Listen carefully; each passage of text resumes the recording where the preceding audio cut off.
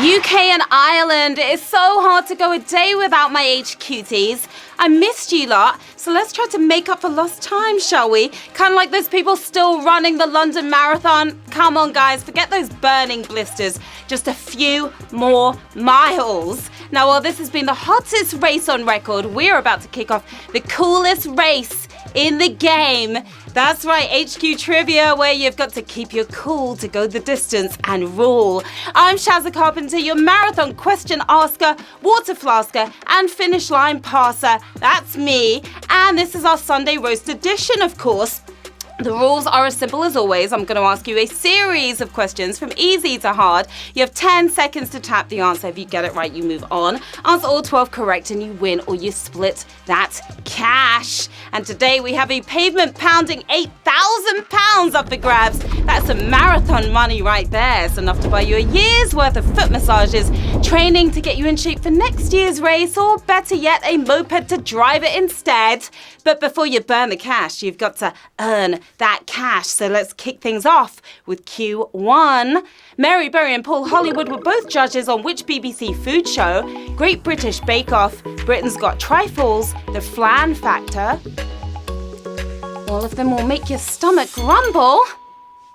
But two of them don't actually exist. You've been taken out of the oven too early if you got this one wrong. So British, it makes God Save the Queen seem foreign. It's the Great British Bake Off, of course. That is your answer right there. 143,531 if you're baking onwards and upwards. Now, the show rose to fame on the BBC, but Berry was one ingredient left out when it moved to Channel 4 last year. And we miss her. Q2. Apple's first logo featured Sir Isaac Newton doing what? Sitting under a tree, playing Candy Crush, taking a selfie. Yep, Sir Isaac Newton was on that original logo. But what was he doing? We're lucky Newton didn't have an iPhone, or we'd still be clueless about gravity, about to get bonked on the bonce. He was sitting under a tree. Yeah, he was. 136,293 if you're using your bonds as well here on Q2. Now, the detailed logo was drawn by co-founder Ronald Wayne, but was quickly replaced by the simple bitten apple we know today. Now, we see you out there, players. Shout out to the Chatham Street students, the CLMF group, and to Louis and Rudy Fine as well. Hi, guys. Hello to Chazza from South End, not Shazza, but Chazza, and Theo at Durham University. To Lily, Max, and Amy as well. Ginny Waterkeen, happy 50th wedding anniversary to you. The Clare family, Alfie, aka Savage Beast. Josh from Kent, and Tom at Bath University as well. Good luck to all of you players. Moving on to Q3. What kind of journey did Doris Day go on in the title of her 1945 hit? Sentimental, transcendental, monumental. You may be going on a similar journey yourselves as we speak. She switched styles like a crooning chameleon, but went distinctly old school for this one, packing her bags with nostalgia. It was a sentimental journey that Doris Day went on. How sentimental are you feeling right now? That was a toughie. We lost about 50% of our players here in that brutal question, but 68,575 of you are traveling on. Now, Day's first number one hit, it became the unofficial anthem for the end of World War II. That's right. Now, HQTs, if you're up late tonight, make sure you join me for the global game. There is a whopping $25,000 up for grabs. A lot of wonga. That's at 9 p.m. Eastern, 2 a.m. BST. I hope to see you there. It's worth waiting up for. Okay, Q4. Chocobos feature in which video game series? Legend of Zelda, Final Fantasy, Super Mario. Sounds like they feature in a newsagent as well. Chocolate bars, perhaps? Not quite. Would you rather raise a chicken-sized horse or a horse-sized chicken? If you want to give the second one a go, you'll find Chocobos in Final Fantasy. That's the game we are looking for. 30,000. And 8 of you are still with us. Again, 50% of you gone here on Q4. Now, despite the name, there have been 15 Final Fantasy games so far, and they show no sign of stopping either. Q5, on a standard UK plug, what colour is the live wire? Purple, brown, red. Definitely some helpful information to know here, to say the least. There's an easy way to find out, but I'd strongly advise against touching any of these. The only one you'll find in a modern plug anyway is brown. Yeah, that's right, that live wire is brown. 17,588 of you still live in the game. The blue wire is neutral, while the funky green and yellow striped one is the earth wire. Q6, which of these celebs named his pet after Oprah Winfrey? Tom Cruise, Puff Daddy, 50 Cent. There can only be one Oprah Winfrey. Right? Well, he may have leapt all over her sofa, but even Tom Cruise isn't crazy enough to name his pet after Oprah. Cheap shots fired. It was 50 Cent. Yeah, what a nerve. 50 Cent named his dog after Oprah. 6,047 of you. Savage question happening right here. Sizzling sausages here on Q6. Wow, it may have started as an insult, but naming his dog Oprah actually helped build bridges between the two stars. Q7, the first new 17th century French king, hired someone to entertain him with what? Card tricks, balloon animals, word puzzles. What do you think, players? Do you know who that king was? That's half the battle.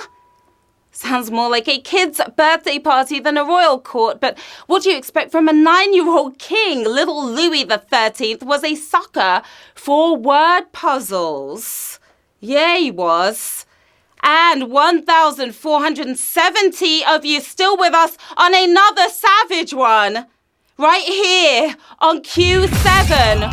Back to back savage here on our Sunday roast special. Now, Thomas Billion was hired as the royal anagrammatist, channeling his inner Vorderman to entertain the king. Q8, which of these organizations was founded by a women's pressure group? RSPB, National Trust, RSPCA. No pressure like a women's pressure group. Hell has no fury like a woman's scorn, but that fury was just the fuel needed to launch this charity, the original Angry Birds. It was the RSPB. Yeah, it was. 569 of you are still with us. And I think we're going to go with another savage right here on Q8. 3 savages. That's triple the savage. One after the next after the next. Founded by Emily Williamson in 1889, the RSPB formed to stop birds being defeathered for hat plumes, and thankfully so. Q9, which of these literary awards offers the least prize money? Booker, Pulitzer, Nobel. Who are the cheapskates of the bunch? Right here. Do you know? Well, winning any of them is metaphorically priceless, but which is the closest to being literally priceless too? Keeping its hand firmly in its pockets is the Pulitzer Prize.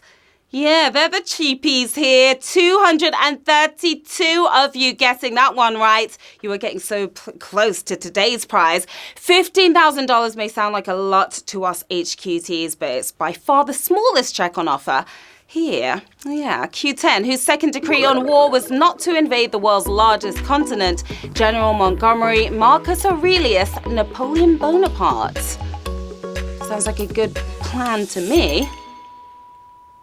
Napoleon gave it a go and lost most of his army in Russia, learning from the little Frenchman's big mistake. It was General Montgomery.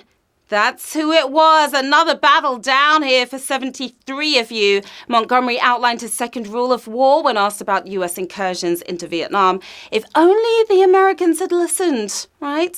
Q11. What was unusual about the last man to score a goal in the 1930 World Cup final? He had one arm, he had one eye, he had 12 toes. There was something very unique about this gentleman right here.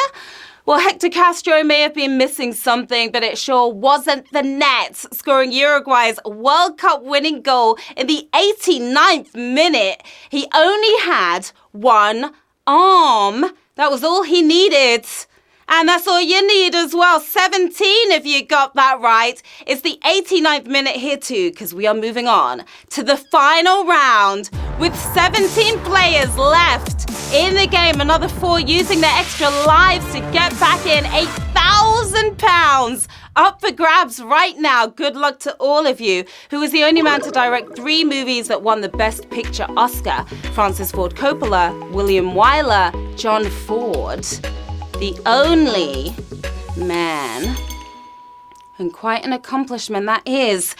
John Ford won 4 Best Director awards, but only picked up a single Best Picture Oscar. Coppola's only Best Picture trophy came for The Godfather Part 2, finishing off his golden hat trick with a Ben-Hur bicycle kick is William Wyler for the win here on Q12. And we have 6 winners, my lovelies.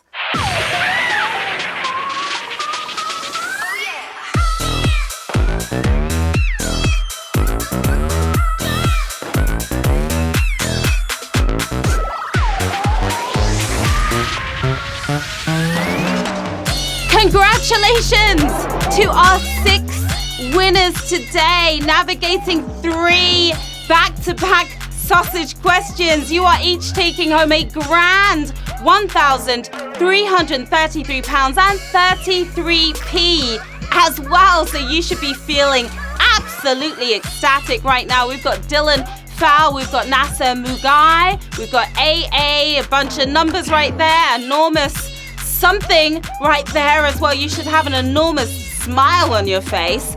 What are you guys going to do with that mighty amount of wonga? Maybe buy a new pet to name after your favorite or least favorite talk show host. Go on your own sentimental journey. There's so much you can do with the cash.